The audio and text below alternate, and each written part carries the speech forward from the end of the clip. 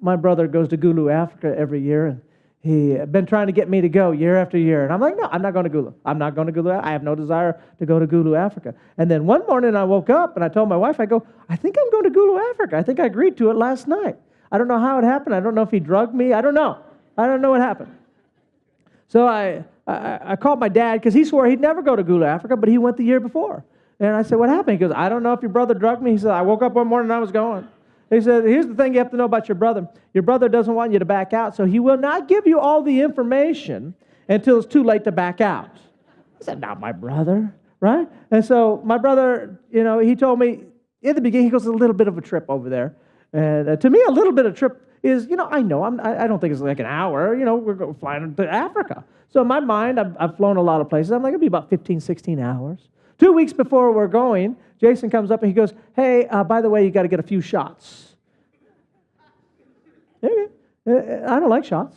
So my mathematical mind immediately begins to go to, I wonder how many a few is. You know what I'm saying? Then you go, I know it's not one. I mean, you said one shot, so it's not one. 2, you probably would have said a couple shots if it was 2. I go, 3 sounds like a few, doesn't it? Like 3, maybe 4. 5 would be dumb. Can we agree on that? 5 would be a dumb amount. That's a lot. You say you got a lot of shots that are coming. So you said a few. So we pull up to the evac, which means house of great pain, and we're about to go in, and I'm holding the door, and as he's walking by me, he goes, oh, by the way, it's a 38-hour trip to Gulu, Africa.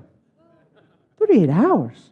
Are we canoeing there, Jason? What are we doing? Am I on the back? How many days am I on the back of a burro? I don't even know. Like, you can go around the earth in 38 hours. What in the world? But before I can get my hands on him, he's already gone. He's already up to the front. He's checking us in. And you got a picture. When you walk into the evacs, it's exactly what hell would look like. It really is. The walls are all like bland and like, right, and low ceilings. It's kind of dark. You can hear gnashing of teeth and screaming in the background. Right?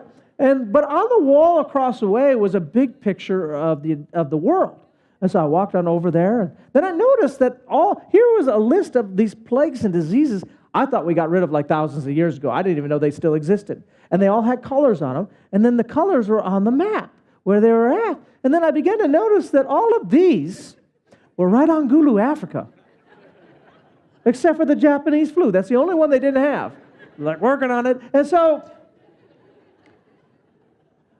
I'm like, okay. So my mind goes, my brother said a few shots, so they must be mixing Scotty up a little shot cocktail is what I thought. And so it was going to get a few shots. So we sit down with the lady, and now she begins to go over the diseases. She starts right off with the Black Plague. And I'm like, I thought we got rid of this. She's like, oh, no, we did not. And I'm like, well, I'd like to have that one. Yes, please.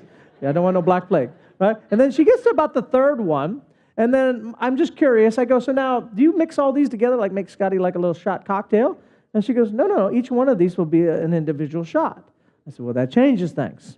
So now I have questions. I'm very curious. So now I'm like, okay, so she gives me the next one. And I go, okay, so what's the chance that I get it? And what are the complications? What would happen? She goes, well, it's like 50-50 you would get this one. And what happened is you'll start to bleed from every orifice of your body until your organs shut down and you die. And I said, well, I would like 2 of those, if that's all right with you. I'll double up on that one. That's a double. Well, we go through all of them, and when we get done, I'm getting 12 shots. And she goes, would you like the flu shot? Because they're running a special, 12 get the 13th free. So I'm like, yes, throw the flu shot in there. Why not? What does it matter at this point? So she goes away, she comes back, and now she's got all the little syringes in her hand, and she's twirling them like Edward Scissorhands, like she's doing like a show, because we're having fun. I'm fun, Scotty. So I'm sitting down, Jason's next to me, and she goes, all right, just look straight ahead at the wall. So I'm looking straight. Now, I thought she was giving me 1 at a time. Come to find out, she was hitting me with 4 or 5 at a time. So when she hit me with the first one, I went, that hurt really bad. And I don't think I could do another 12 of those. I'm like, I don't know if I can do 12 more of those. Then she hit me with the second batch, right? And I went, and a little tear went right there. Oh my gosh. Oh, it hurt so bad. I think I saw Jesus. And then right before she gave me the 5, right? The 5. I didn't know. Jason later, he goes, yeah, the last one's the worst. Really, Jason, thank you for that. And so she goes, hold on. And I went, hold on? What are we holding on for? What's going on here? What are you going to do? And then she hit me with those 5. and it felt like she put bleach into my arm, set it on fire, is what it felt like. It was the worst pain. I let out a scream they later said they heard in the parking lot.